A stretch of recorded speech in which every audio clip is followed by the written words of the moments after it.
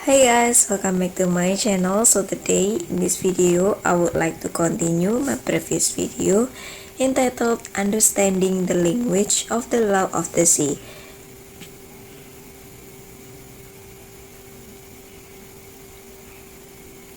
Until the 20th century, rules concerning the law of the sea were in the form of customary international law.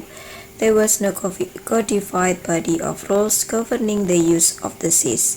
The 1930 Hague Conference for the Codification of International Law, instigated by the League of Nations, is the first intergovernmental effort to codify non-governmental bodies earlier. In particular, the 1930 Hague Conference dealt with the issue of the nature of the right possessed by a coastal state over its territorial sea and its breadth, whilst the first issue was settled in favor of territorial sovereignty, which extended not only to the waters but also to the seabed and subsoil underneath and the airspace above. The issue on the breadth of the territorial sea was unresolved.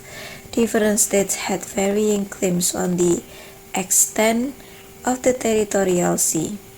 The United States adopted the 3-mile limit. Some Scandinavian countries claim 4 miles, some would claim 200 miles, etc. Thus, the conference failed to adopt a convention on the territorial sea.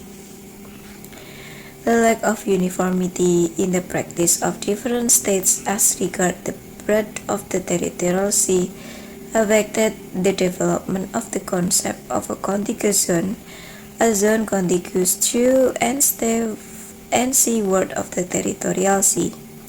In said zone, the coastal state was given limited powers and enforcement jurisdiction. A new development in the law of the sea came after World War II, during which time there had been an increasing demand of offshore natural resources. In 1945, U.S. President Harry Truman made the first clear assertions that the resources of the continental shelf, deemed the natural prolongation of the coastal states' landmass, were subject to the coastal state's jurisdiction and control. Aware that the claim of sovereignty beyond the territorial sea would diminish the area of high seas where it extensively exercised its freedom of navigation as a maritime power. The U.S. devised the idea that its claim was only on the continental shelf. It would not affect the legal status of the super-adjacent waters which remain part of the high seas. From the development, we see the genesis of the concept of sovereign right in the law of the sea in contrast with the plenary concept of sovereignty. Moreover, it demonstrates the beginning of the split in the legal nature of the water column and the seabed and subsoil beyond the area of the territorial sea. By 1947, the United Nations, through the International Law Commission, started its work on the codification of the law of the sea. The law of the sea, the report of the ILC, became the basis for the work of the first United Nations Conference on the Law of the Sea, or UNCLOS 1, which was convened in Geneva in 1958. UNCLOS 1 successfully adopted 4 conventions on the territorial sea and contiguous zone, the high seas, fishing and conservation of living resources of the high seas, and on the continental shelf, and provided the first codification on the law of the sea. After UNCLOS 1, most concepts on the territorial sea were codified.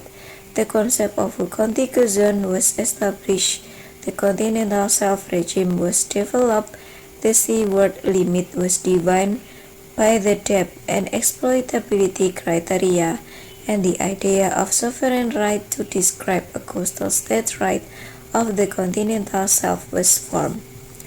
Unfortunately, the issue of the breadth of the territorial sea was resolved at UNCLOS 1.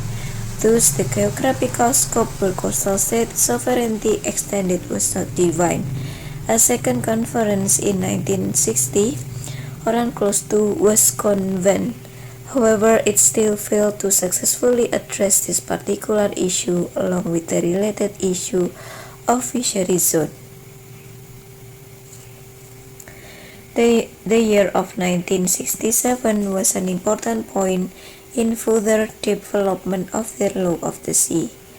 Then Ambassador to the UN Arvid Pardo of Malta proposed the examination of the deep seabed beyond the limit of national jurisdiction in view of the concern the early developed states, which had the technology and means, could benefit from the actions of the resources therefrom. Thus, the UN General Assembly formed the Seabed Committee.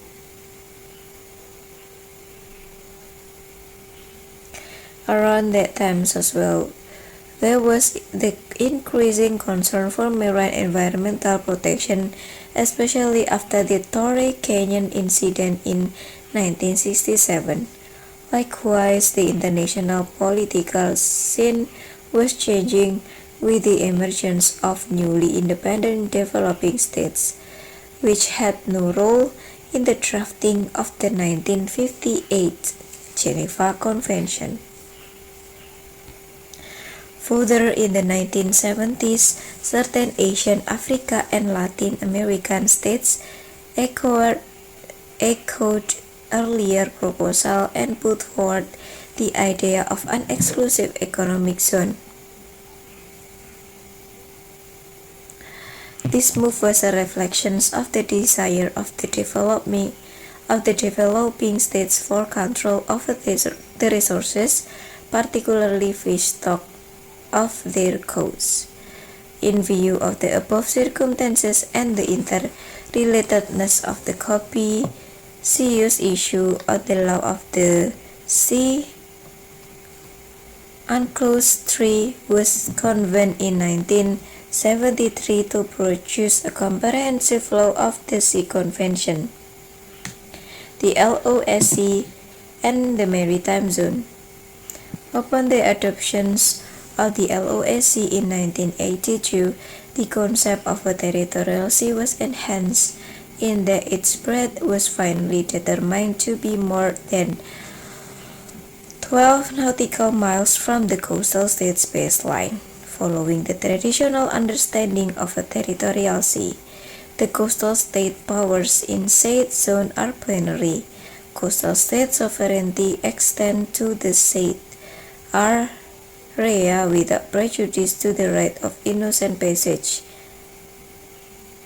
accessibility by other states, related concepts such as transit passage and archipelagic sea lanes passage likewise modifies the territorial sea regime, which concept reflect the compromises reached by affected states in relation to strait used for international navigation and archipelagic waters.